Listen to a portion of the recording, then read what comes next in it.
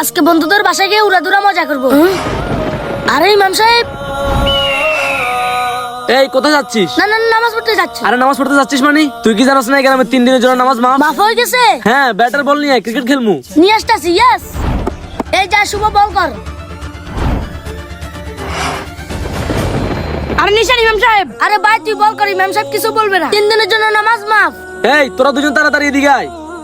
আরে ইমাম সাহেব আপনি প্রথম ব্যাটিং করবেন না বোলিং করবেন? তোরা তো বড় সাহস, তুই ইমাম সাহেবকে ক্রিকেট খেলতে বলস?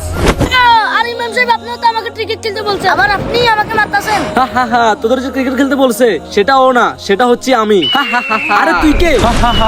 আমি, হ্যাঁ আমি এই শয়তান। আমি এদেরকে পথভ্রষ্ট করে নিয়ে এসে অনেক মজা পাইছি। মুসলমানদের নিষ্পাপ শিশুদের খারাপ পথে নিয়ে যাস শয়তান। হ্যাঁ, তোমাদের ইমান এত দুর্বল কেমনে হয়েছে? নামাজ তো আমার নবীর জন্য মাফ ছিল না, তোমাদের জন্য মাফ কেমনে হবে? তোমরা দুজন আজ আমার হাত থেকে বাঁচতে পারবে না। দাঁড়া, কমেন্টে আল্লাহ লিখে যান।